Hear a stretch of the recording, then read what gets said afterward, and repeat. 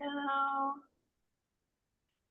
All right. Hello, everybody. Welcome to AAC in the Cloud. I hope you're all enjoying the conference so far.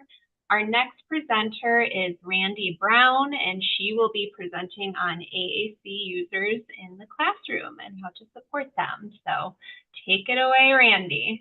All right. Hi, and welcome everyone. Thank you so much for coming to my session this afternoon. I'm greatly appreciative that you would give me an hour of your time. Like Brianne said, my name is Randi Brown. I'm a speech language pathologist, and I specialize in AAC and I work in the schools. So this presentation is something I'm super passionate about. I love supporting our teachers to be able to use AAC, and I've learned a lot about what to do, and I think what I've learned to do is from learning a lot of what not to do as well. So I hope you'll find today's session helpful with some of the strategies and things that I like to put in place in my own practice. So I'll go ahead and get started with my disclosures. I do reference some AAC resources from PrintKey, Romic, Saltillo. I have no financial or any other affiliations with them. I just like to use some of their resources for classroom activities. I do also reference one AAC research study from Texas Christian University, and that is by Doctors Trevino and Lund. I put 2024, it's actually in review right now, but I did help plan, recruit, and gather data for that study. So I do have a little bit of a bias there. I do also own my own business where I provide professional development, consulting, and resources for speech therapy, but no purchase of any of those things is required for use of this information and implementation of this information. So those are my disclosures. And we'll also review learner outcomes. By the end of today's session, you should be able to distinguish 3 types of information that should be included in AAC training. For teachers and paraprofessionals, you'll be able to determine 2 different strategies to support teachers who have limited AAC buy-in. And you'll also be able to describe 3 different strategies to utilize AAC within the classroom setting. So I hope all of that is extremely helpful for you. I'll tell you a little bit about myself, and then we will just dive into our material today. I graduated from my bachelor's and master's degrees from Missouri State University. That's the bear in the top right corner, if you're not familiar. And then shortly after graduation, I moved to Fort Worth, Texas, and I practice part-time locally in my school district here. And then I spend the rest of my time chasing my small children and working for myself a little bit through my business, Randi Brown SLP Resources. I'm married to my husband, Chris, who helps with my business as well. And my 2 kids are Lottie and Jetson, and they are 4 and 1. So we are plenty busy around here. So, all right, let's get going. Let's dive in. Okay, so if you are an SLP, who works in the schools, then you know that unfortunately there are lots of barriers that exist to successful and fluid implementation of AAC in the classroom. So I've kind of created a list of what I've seen the most in my years of experience as an AT lead and an AAC speech pathologist. I want you to think about maybe which ones apply to your situations with your teachers. And then later on, when we talk about some ideas and strategies to support the classroom, some strategies work best to solve certain problems, if that makes sense. So, of course, we can't solve every problem that exists in the special education realm of things, but I do think we can be strategic in offering solutions that kind of break down some of these barriers. So, the most common barriers that I see are lack of buy-in for what AAC can do. I feel like I see this less now than when I was first practicing, but I think sometimes, we do have educators who lack the buy-in for what AAC can do. I think this next one is maybe the biggest one that I personally have dealt with is just like lack of familiarity with the device. I think lack of familiarity is leading to lack of wanting to use it because it feels like a big thing. It feels like a huge change or this big thing to learn when really you can just take it. Like I try to really encourage teachers that they can take it step by step with the kids, but I think just like lack of familiarity is a huge issue. The next one is also a really big one, feelings of overwhelm in the classroom. Our teachers have a lot on their plates, and especially in the world of special education, we have kids who have a large variety of needs. There's so much going on in those classrooms. And so I think sometimes they're just overwhelmed and already at max capacity. So someone giving them more information is sometimes not always welcome, but that's not because they're against it. It's more of they're overwhelmed. I also think sometimes there's a lack of understanding of the importance of language modeling. I think sometimes there's a misconception, and we'll talk more about this in a little bit, but I do think there is sometimes a misconception that, once we are giving the kiddo the device, they can work on that in speech, but they should be able to use it like fluently in the classroom without models from the teacher. And so I always try to break down that barrier with some education. And then lastly, I do think lack of time and overall staff support. If teachers have really onboard paras, that is a beautiful thing. But that doesn't always happen. And sometimes the time, they feel like because of all the things they have going in their schedule and all the things they have to do, lack of time can be an issue. So think about which of these kind of applies most to your situation, and then that will help you be really strategic and some of the strategies that you try to implement. I did just want to talk, I've kind of already talked about the educator overwhelm, but I always recommend when getting started with AAC in the classroom and supporting teachers and paraprofessionals, I always like to start by getting on the same page with them and building a foundation that we can grow off of. But what I want us all to be really mindful of when we're building that foundation is I really always try to balance AAC training and educator overwhelmed, because if they're really overwhelmed by what's going on and we're providing all of this training and all of these ideas, they're probably going to be pretty put off. I've again learned this the hard way. I was working with a teacher one time, and myself and some of the people that I worked with, we were giving her tons of support. We were, offering lots of different things to do, but I think because she was so overwhelmed in her particular situation that was fairly difficult, I think she saw us as, you are always asking me to do something more, something extra, something that I don't have time for. And so I just I wasn't meeting her where she was. And so just like how we want to meet our kids where they are, we need to meet teachers where they are. And so I feel like that's such a balancing act, and really getting on the same page and setting a foundation. It doesn't have to be anything crazy complex. We just want to start with the same base level of AAC knowledge. And then as you're pushing into the classroom and spending time with individual teachers, you're going to grow at their scale and balance as it works for them. So I just want you to keep that in mind as we talk about getting on the same page and strategies and training. We want to keep a good balance of support to where it's not too much and not too little. Okay, so getting on the same page, here is the information that I think is really important to share with classroom staff as you move forward with AAC. So, even if you reviewed it with them last year during the school year, I feel like it's beneficial to review this before school starts every year. Set aside some time to talk with them, but this is really important information. And again, it can look like pretty basic. It can be, more longer form, more information. Your teachers and what they're ready for.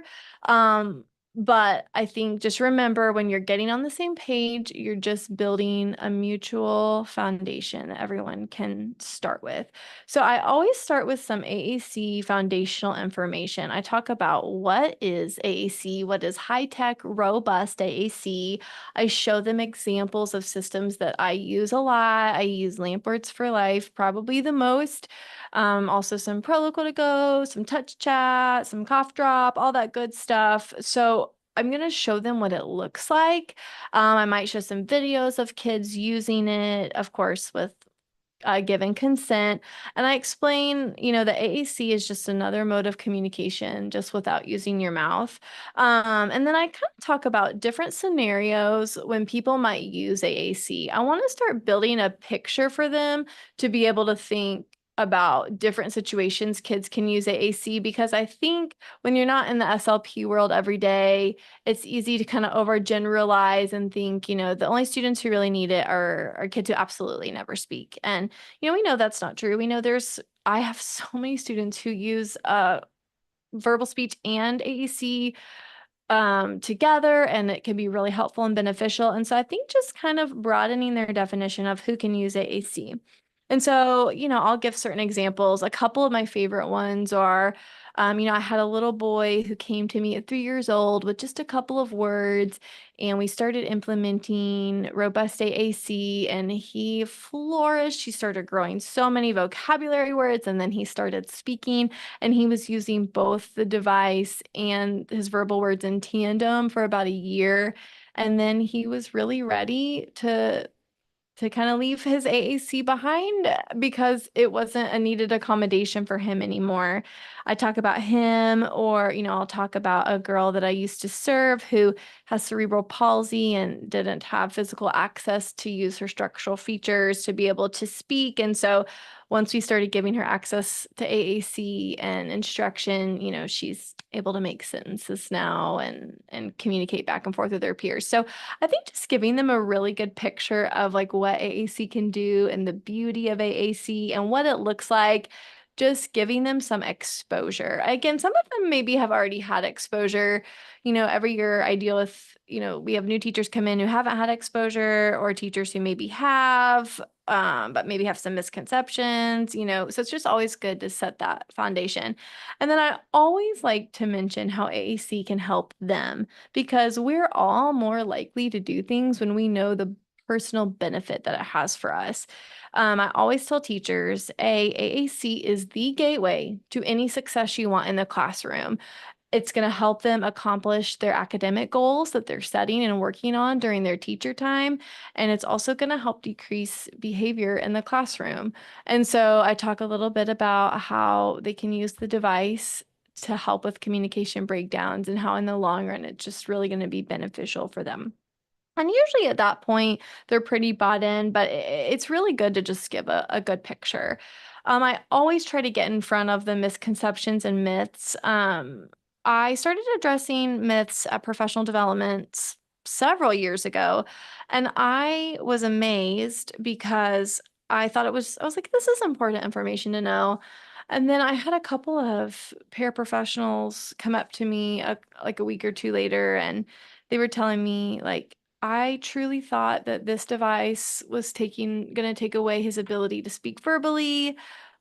Thank you for sharing that information with us. And they actually apologized to me. They're like, we're sorry we've been really put off by this. So I always try to get in front of the misconceptions and myths. Now, I don't go through all of them, but I try to hit like the big ones. I always talk about how AAC doesn't hinder verbal speech.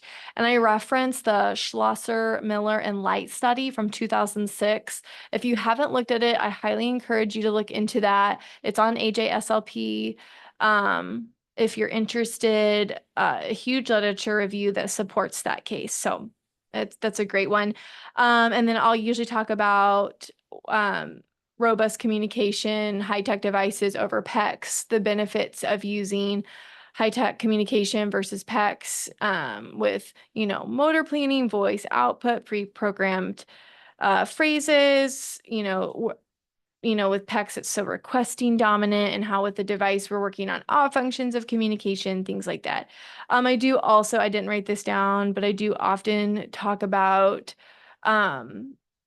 making a plan for now and in the future, how kids have a lot of icons because we want them to grow into it, and we want them to explore vocabulary that kids aren't going to be able to explore as much if they have fewer icons. And also, if we're changing the amount of icons a lot, then they're having to rebuild motor plans, just because I do feel like, sorry, did not mean to move forward. I feel like that's a question I get, like, oh, there's so many buttons. So it's really overwhelming. So I just try to get in front of that, because then you don't have to wonder why maybe they're not implementing like you were hoping they would, things like that. I just couldn't express that enough. Get in front of the misconceptions. And then I do also try to share expectations of how children acquire language through AAC, and then kind of what we can expect as we partner together, just to bring some clarity. I think the babbling and the exploring on the devices is sometimes a surprise and sometimes frustrating. And I think there are ways that you can support the babbling in the classroom. Like sometimes I'll tell teachers, make sure you're giving them lots of time to explore the devices before circle time or before we're coming to the table. Make sure they're having lots of access. I have lots of solutions to help with that. Or, if we're in the library and we need to be quiet, we can turn the volume down. Like we can learn how to use the device in different scenarios, but I do want them to expect the babbling and know that the babbling is a really important part to developing language. Exploration is so normal and is such a huge part of it. And then I just kind of talk about what they can expect from me, that they can ask me for help anytime, that they can tell me their thoughts, feelings. I'm not offended if they have big questions or if they feel some resistance. I want them and I to have a really collaborative relationship. I really try to open the door for relationship and communication. That's usually what I hit. And I try to, let them know I'm going to be an active part. A lot of my speech therapy is going to be push in. I really try to push in my sessions the vast majority of the time, and let them know that and schedule that with them so they can grow to expect my presence in the classroom. And that just helps everything play out as it should, because they see me and we work together, and it just collaboration begets more collaboration. So some solutions for, getting on the same page is a lot of times I'll ask my SPED director for some professional development time. And I try to make that really hands-on, and we'll talk about that more in a minute. I've had situations where sometimes they'll give me an hour or two, or sometimes I've been told, we already made the schedule. Could you figure out a different way to meet with them? And so it's just always worth an ask just for an hour or two of time. Or you can like meet with them before school starts. Just find a way. Again, it doesn't have to be anything like fancy or super over the top. It's just a time to meet and set the stage for the growth that's going to happen. I like trying to touch base with teachers before school and kind of start building that relationship, especially if I'm working with some newer teachers. And then conference time meetings, these are a great way to, connect with teachers to see how things are going. And you don't have to meet with them like every conference time, or even like that can be the frequency of that is up to you. But I think trying to find some time to meet during conference time for them can be helpful to the carryover outside of your time together. And then before we get onto the strategies, I do want to talk about some considerations for getting on the same page. It's really important to give grace for different learning paces. Um, you know, all I ask for is willingness to learn. And so if one teacher is working on like one classroom routine using the device and what with one specific time, but that they're working on it and they're willing to try, that's totally fine. I think like we have to think marathon versus sprint. Like the more we can add on, the more beneficial it's going to be and the more exposure kids are going to have. But I remember when I first started, running a pretty large AAC program, I was coming in from, serving lots of kids with AAC, but, not supporting teachers outside of the kids that I'd served.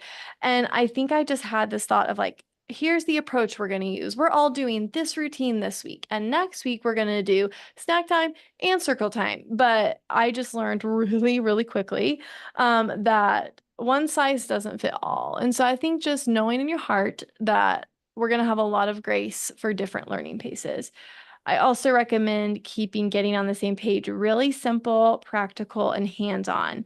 lots of examples. I like to pull out some of the devices from our lending library and allow them to follow along with an activity, use the search feature, find different words. Oh, and speaking of the search feature, I did not write this down, but that is another consideration when you're going over foundational information. If they can know where the search feature is on the system that their kids are using, then that is huge. I feel like sometimes that's all they need to know is where the search feature is. But keeping it really hands-on and practical, that's what's going to stick with them. And then I couldn't just recommend enough, build rapport with the teachers and paraprofessionals because having a great relationship makes it easier to learn from each other. I even think about in my own life if, I'm learning something new or needing help with something or needing someone to give me correction, that's always going to be most welcome when it comes from people that I know and love and know have my best interest at heart and are being charitable towards me. And so I think we want to really have the same thing with our teachers is we want to be charitable, understanding of what they have going on, but looking to build rapport with them so we can have really good communication with each other. And, for me, practically, I try to just look where I can do little things. I try to like ask them how their day is going, but like in a really authentic way. Like, how's it going today? Is so and so, is that going better today than it was yesterday? Or is there anything that I could do to help you with whatever issue that they're having? And something that I started doing several years ago is anytime there's a fire drill or any type of drill in my building that I know my sweet friends who love their routines, it might throw them off. I always head down to the self-contained rooms and offer an extra set of hands to help and get kids outside or wherever they need to go for the drill. And so I think teachers appreciate small little things that go the extra mile. Um, Another thing is seeking to be a learner just as much as you're seeking to be a coach. I think like humility is so important. And so coming into the situation knowing that we have our students.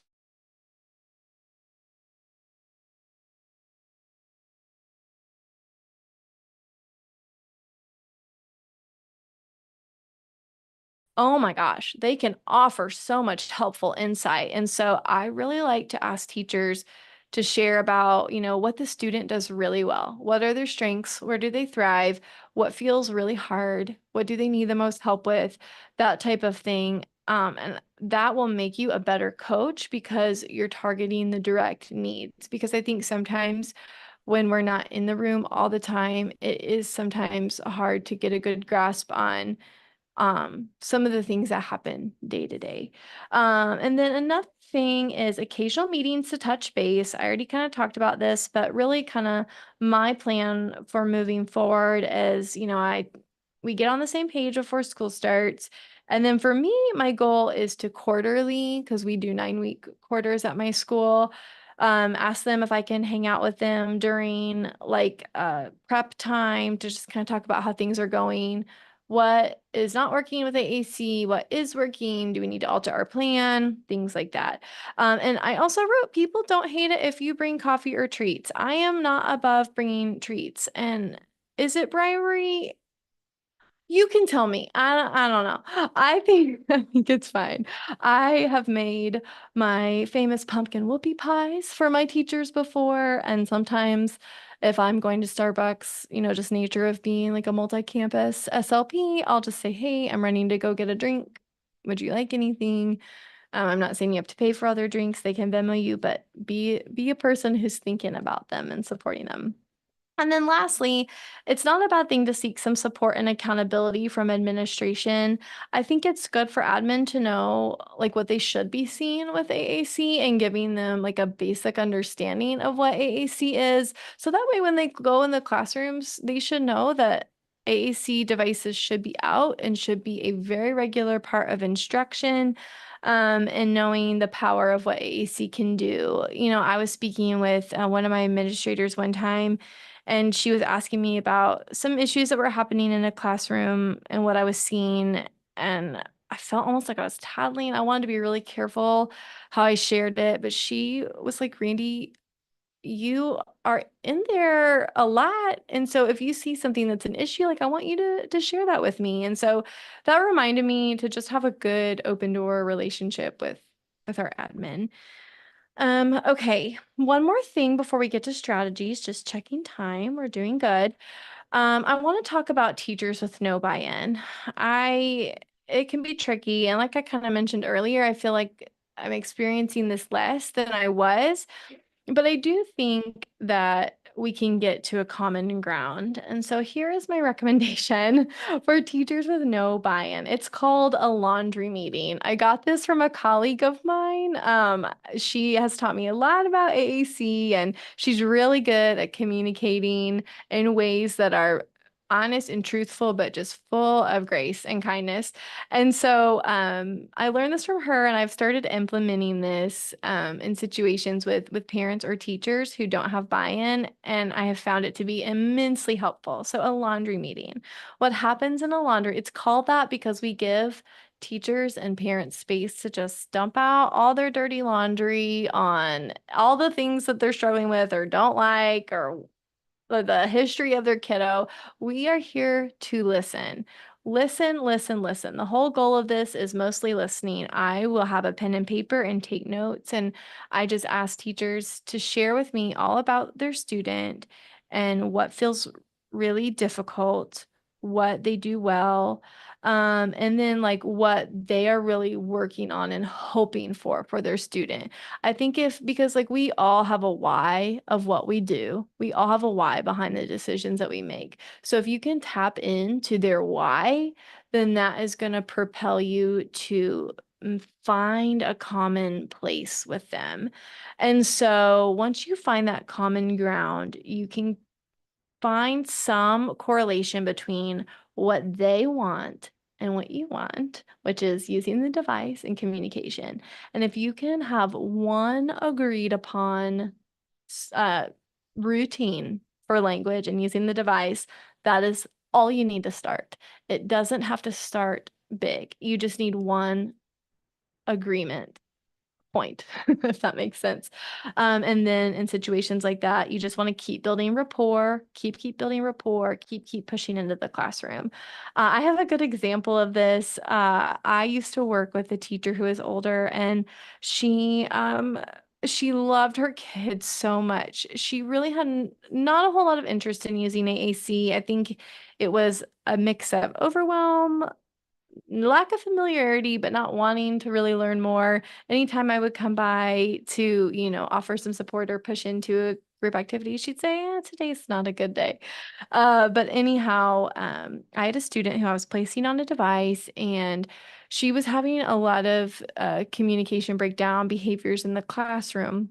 So I was talking with this teacher and, kind of having our laundry meeting, and she was sharing with me, I just wish she would not get so upset when we can't understand what she wants. And so that was it. That's what she was really caring about. And she knew that that was going to help decrease some of the behaviors. So I just introduced the concept of modeling the choices on the device, three, the snack choices, the center choices, the toy choices, showing her how to use the search function in her pairs as well so that they could support her, but talking about how we're just going to model the choices. She's not going to know how to find the words on the device right away, probably. So we talked about, if she points to what she wants, give it to her. If she reaches, if she has a verbal approximation, we just talked about honoring the student's communication and then modeling on the device how they can request. So this has helped me get in with teachers and parents who are more resistant.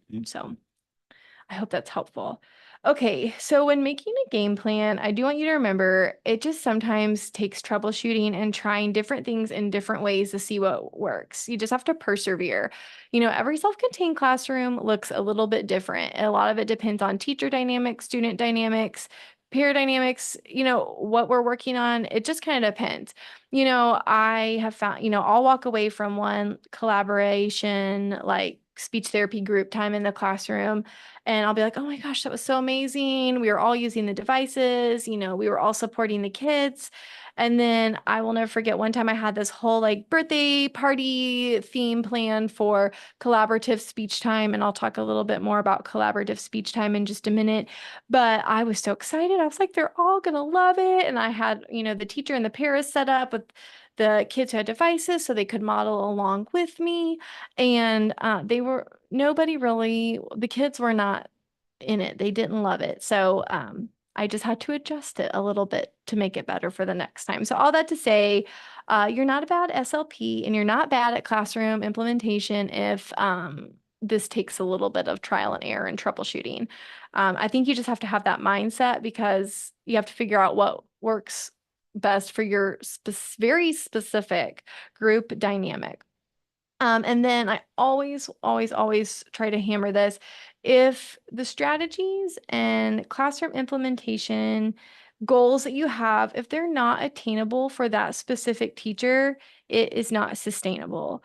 I have learned this the hard way. Again, like I said, I kind of used to think one size fit all with classroom support, but that's just not so. So fine, just like how we write IEP goals that are attainable for kids in the next year. Not that we write out specific goals for our teachers, but when we're creating goals of what we want to work on with them and what we're going to do in the classroom, it has to be attainable for them. It has, even so if it's just one thing, it has to be attainable because we want sustenance and we want the long run.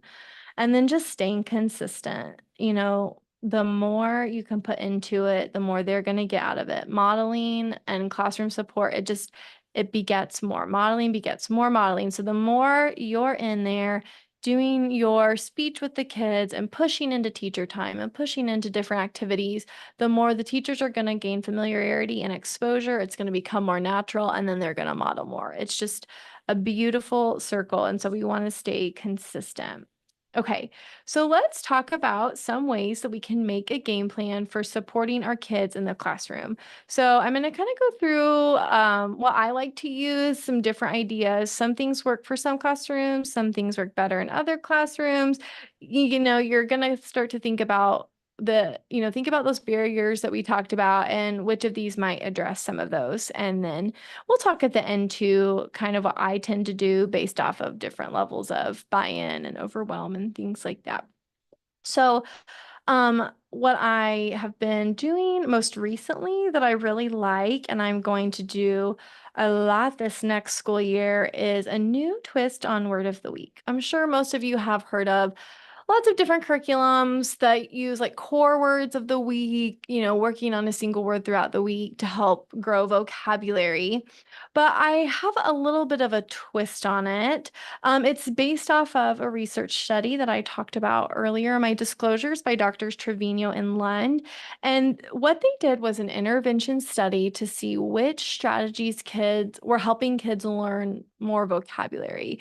And so they compared like a structured learning approach and a more naturalistic learning approach. And I do want to be really careful. Like there is always the structured learning approach. It was not like super prompted, hand over hand, operant type of situation. It was very fun and playful. And for every target word they worked on, they had toys that went along with it.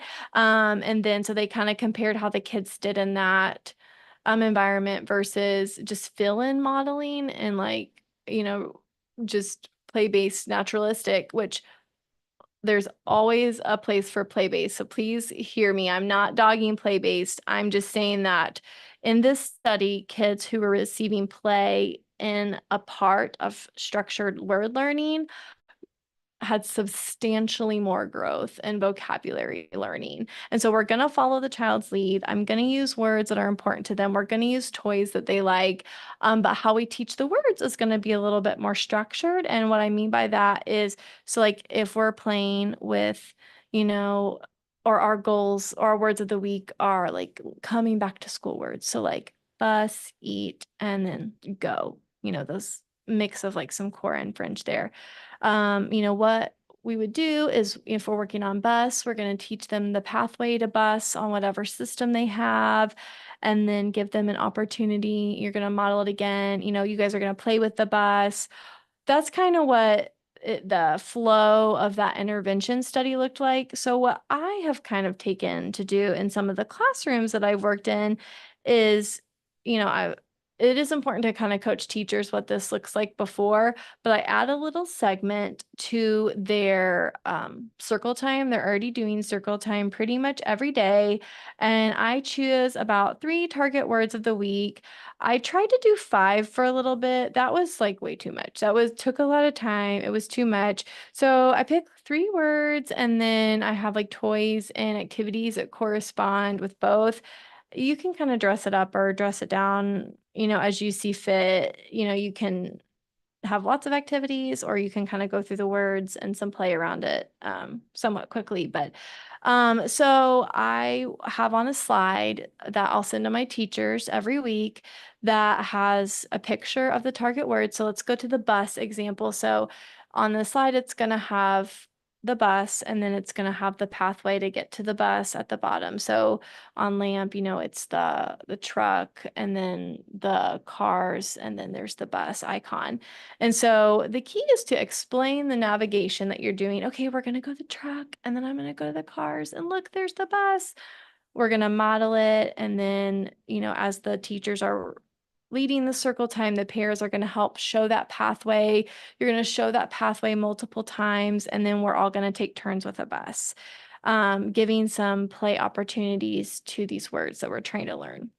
And so that can be a really helpful way to just really boost vocabulary. Of course, you can kind of tailor it to the needs in your classroom. Most of the kids that I work with are emergent language learners, are trying to just build a good vocabulary before they're ready to start combining. So if you have kids that are ready to work on combining, then you can just tailor that to them. But you can take words. I like to take words from, I mentioned right here, MacArthur Bates Inventory and the Stanford Word Bank. I prefer choosing vocabulary that are like early acquisition words instead of core words, because I like to think about how are kids developmentally acquiring language. I've seen it in my own kids and in the kids that I work with devices. Kids learn mostly nouns first, with some descriptors, some core, some verbs, but I do think that highlighting those words that are more meaningful to kids are more important. I just feel like kids are going to be so much more excited about learning the word bus than maybe the word come, which come is also really important. I'm not dogging on core words. Core words are so important, but I'm just saying that like using some early development words might be really helpful for some of our emergent language learners. And also, just a reminder, if you have questions, don't forget to submit them in on the Slack channel. I'll have time to answer them at the end. Okay. And then another thing that I like to do, I like to do this for my speech therapy sessions. So with my sessions, I try to do a mix. I try to do a mix of pushing it into the classroom for collaborative whole group activities that myself, the teacher, and the pairs were all interacting over. And then, of course, I'll work with the kids one-to-one sometimes. I feel like it's good to have a good mix. But the more that you're in the classroom, you're giving the teachers more exposure. And so this is something that I feel like I'm constantly growing in. You kind of have to think on your feet with this and know your classroom. And this is kind of where it comes to like trying different activities and seeing what works. But I mean, you can work on lots of things with one activity. You can work on growing single words, creating phrases, using descriptors and verbs. With any of these, you just kind of want to tailor it. So I'll kind of talk about some examples of what this would look like with some of my ideas, but having collaborative group experiences that are really fun and playful. So Marble Run, one of my classes that I worked with this past school year, They loved when I would bring in Marble Run. So I would have all the connector pieces and the marbles in a bag. And then, the teachers and paras are sitting with the kids, and usually the kids who had the devices, for sure had a staff member with them because, I would kind of coach them on what we were modeling and what words we were using. And so, you can work on go, marble, fast, up, down, on, off, colors. I mean, there's so many different opportunities. And so I would go to each kiddo and I would use my model weight model strategy. So I would model, okay, we're going to pick which one you want. Model want. We have a red piece, red, and we have a purple piece, purple. Okay, and then I've created the opportunity for them to respond. I'm going to wait.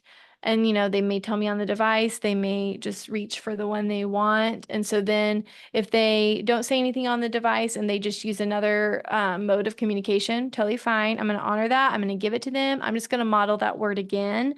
If they picked the red piece, and I'm just going to be like, yes, you picked the red piece. And I might use some of that navigation description like I talked about earlier. Okay, we're going to go to the rainbow and then we're going to touch the red color button. And so there's just so many different ways you can tailor that. But my group loved Marble Run. And then, of course, once we take turns letting the marble go down, they love that. It's really rewarding. That's really good for like a floor time situation. I also like the go-go speech stories. If you have not discovered go-go speech, even if you're not like a virtual SLP, which I am not at this point, unless it's like for providing trainings, um, oh my gosh, I love go-go speech. It's so fun. Kids are so excited by it. I think it's because there's so many elements of surprise. Kids love an element of surprise. That's a good one to talk about what's happening, model, key concepts, have teachers like, for example, I love the Lollipop Lake one where they're fishing and they keep getting lollipops.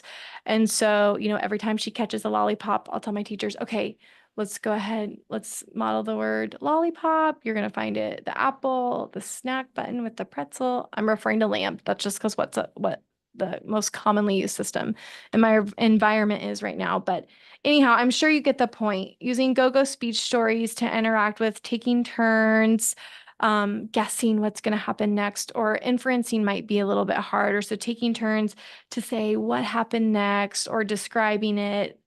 Opportunities are endless. I love the ABC, make activities. Another good one with a smart board, making a cake, taking turns choosing what kind of candles you want, what kind of decorations you want, that type of thing. Read alouds are really great. I feel like it's important for teachers to watch us do read alouds so that way they can get exposure on how to use AAC with the books. I will often, tell them you can pick one keyword out of a set of pages. So if we're reading Bear Wants More, maybe we're gonna over across a couple of pages, pause and say the word bear. Um, you can, pause and say the word more. You just want to think about what works best for the kids in that class.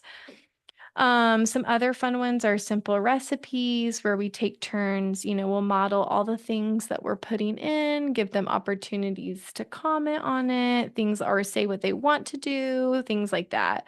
Crafting and PRC language lab activities kind of go together. PRC has like a make a monster activity that I've used literally since I was in graduate school. I love that one. Kids love it. It's so fun to make their monsters and we can describe and name body parts. I mean, this is all stuff that we can do together. And as you have the teacher and para support, you can kind of support how they're modeling with the teachers. And then two other things that I didn't write down, but I thought of after I had finished my slides, Play-Doh. Love some group Play-Doh time. I might pick a handful of cookie cutters that are related to a read aloud that we did or a specific thematic unit that they're doing, or I might just use like all my cookie cutters. But, modeling the different cookie cutters and making phrases with make and whatever they're making, that's fun. And then scavenger hunts are really good for working on prepositions and naming and building utterances. So These are all things that you can try to do together with either a collaborative small group or a collaborative whole group, but just collaborating with the teachers and paras to support the kids. It's really fun and it's a great way to interact with language. Um, and then another important thing is pushing into classroom routines that already exist. I feel like this is a really tried and true method.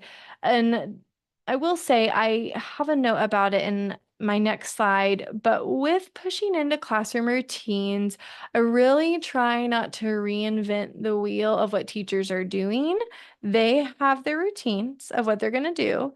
And of course, if they're open to ideas of changing things, that's fine. But what I find to be the most helpful is to help them know how to use AAC and what they are already doing. So we're already handing out snacks. We're already, giving them choices of different things. So why not add a word to it, or even introducing snack time? It's time to eat, modeling eat on the device so they can see it, giving them their choices, implementing that model weight model strategy that I talk about with my teachers so much.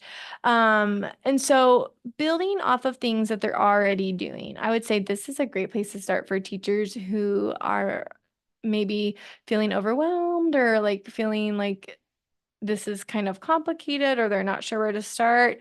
Starting with snack time is the perfect place.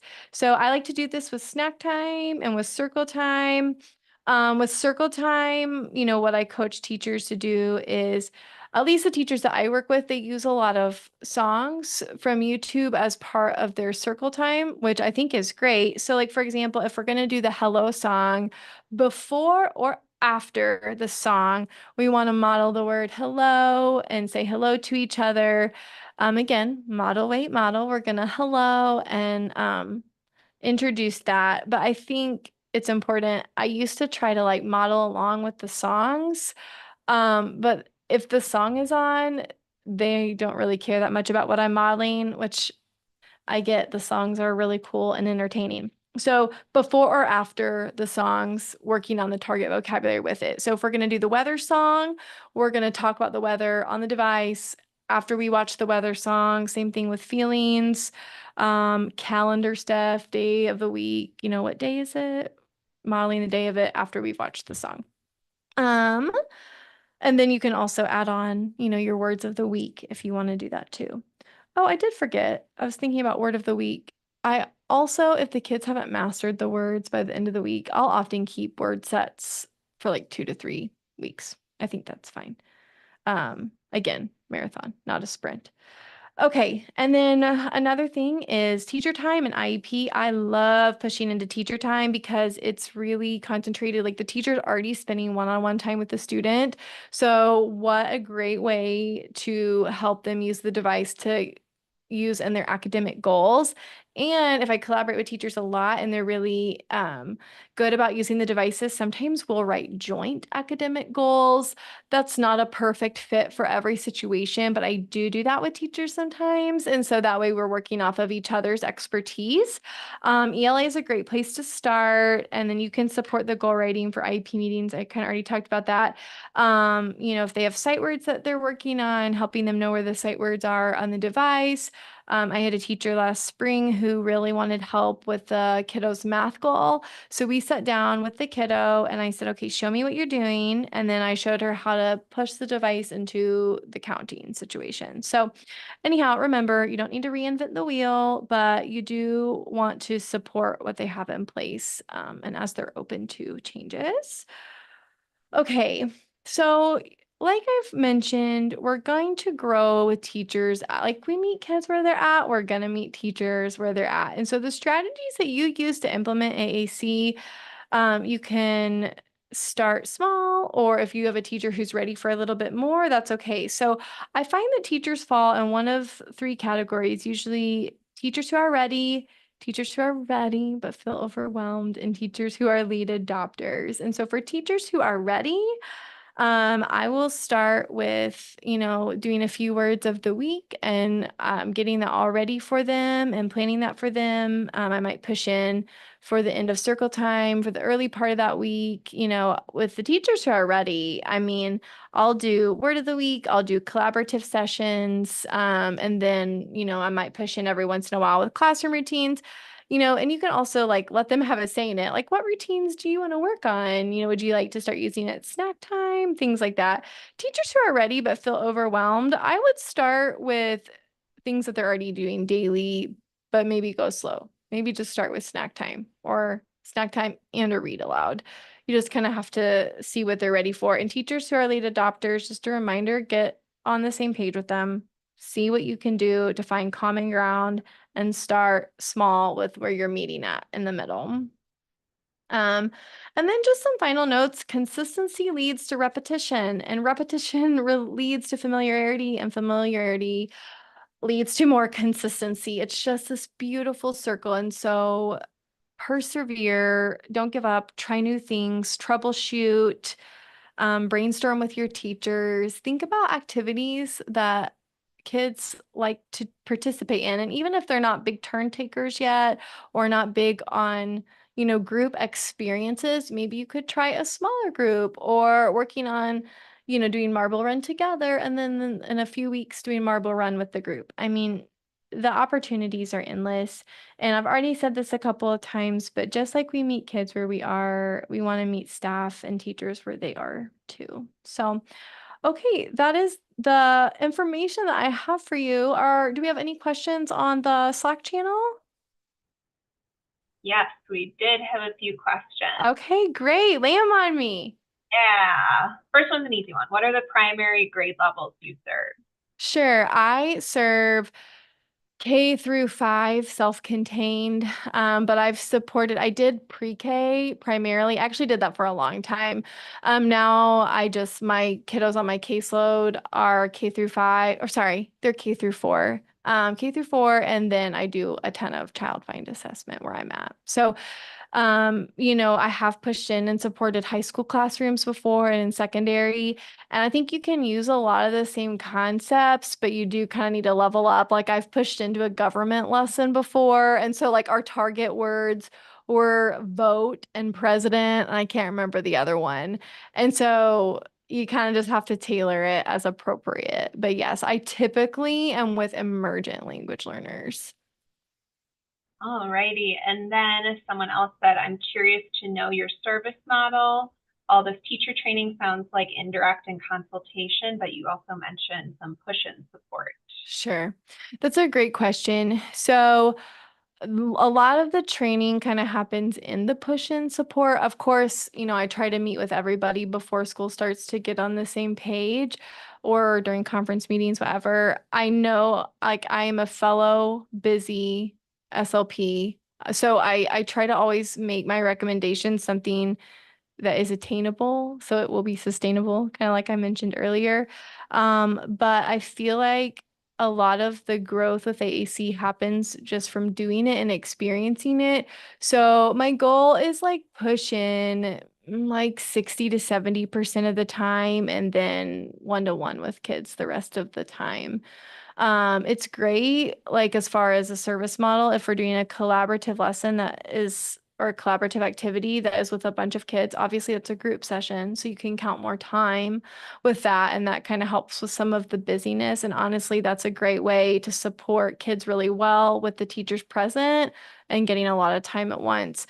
But yeah, I feel like the teachers that I work with are gaining a lot because they're seeing what I'm doing and they're interacting in the push and support. So there's some indirect, but really it's a lot of learning through doing, which is how I feel like I learn really well is through doing. And so that's kind of what I'm after. I hope that answers your question. Perfect. And here's a good one. What about teachers who like to use our group time for prep or other things? Oh, that's a good question. That's a good question. So I try to like whenever I'm kind of setting the foundation, share kind of how I like to and like meeting with them before school starts. especially if it's a newer teacher that I'm working with, or maybe even if it's a teacher that you've worked with before, but you're looking to restructure, I just ask them if they would be an active part of it. And then because they do or they should have prep time outside of it. I know my teachers have prep time outside of when kids are doing therapy with me. And so I would just ask and see if, just say, would you be willing to be a part of this with me? And I think also opening the door to say, like, if there's ever a day where you need to work on an IEP, just let me know. That's kind of another way to go the extra mile is if they have an IEP meeting coming up and you'll know because you'll be invited to it as well. If they need some extra time to work on that, doing your group activities then. But I would say just asking if they would be willing to be a part of it. And then if they're not willing to be a part of a collaborative group time, then I would kind of scale back and ask, just kind of share why you want to collaborate with AAC and see if there's something that you can agree on, like a good time. I would say, when is a really good time for me to come? Or when can I help you the most? And when you're framing it like that, it's not accusatory, but it's more like, I am on your team. How can I help you? How can I help you? And I think changing the way you ask sometimes helps. And if they start to like really love you and like you, a lot of times they want to participate what you're in. I don't know. Maybe that sounds bad. I don't know. But I would say kind of framing how you ask and see if you can come with like an agreed upon time to collaborate. Maybe more pumpkin cookies, or what did you say you make? Oh, I have like these pumpkin whoopie pies. It's just on Pinterest. But yeah, more pumpkin whoopie pies. And last one, for kids who are verbal but also use AAC, do you find that modeling on the device is effective in also building their spoken or verbal skills? Or do you divide time in the session with some focused on modeling on the device and then some focused on modeling more verbally? Mm, that's a good question. I think you kind of have to follow their lead. I just try to give honestly, I just give exposure with both the whole time. I have several kids, really one in particular currently, but I had a bunch of this kids in this situation when I was in preschool a few years ago. And so I just try to offer multiple forms of communication. What I found was when they were learning new vocabulary, they were more likely to use the device. And the more that they became comfortable with that word on the device, they were using it verbally. That's what I see the most. So I usually offer both. I'm modeling and talking like I would verbally for any kiddo, and I'm just adding the accommodation and the support of the device. And so I try to use both in tandem. But of course, if kids are really starting to really push into their verbal speech and use AAC less and less, which is totally fine, we want to honor what works best for them. And ultimately, like that's great if that's what they want to use. I'll have the device available, but if they're using more verbal speech, then I will use that as well. But usually, as long as the device is still in the picture, I try to at least have it out as a support and accessible if needed. Because sometimes if we get stuck or we're learning a new word through an activity that we're doing, then I want to model it on the device. All right, fantastic. I All think right. for questions. Yeah, thank you so much for your questions. I did want to add, if you want to stay connected with me, you can find me on Instagram, Randi Brown SLP, and then I do have a podcast on YouTube where I release monthly, and so feel free to listen to that. Actually, the research study that I referenced about the intervention study, I talk about with Dr. Trevino. And so feel free to listen in if that would be helpful. But if you ever want to reach out or have more questions for me or think of a question later, feel free to send me an email or a DM, and I'd love to connect with you. Great, thank you, Randi. Thank you so much. You can go ahead and hop on over to your next session, and we'll see you soon.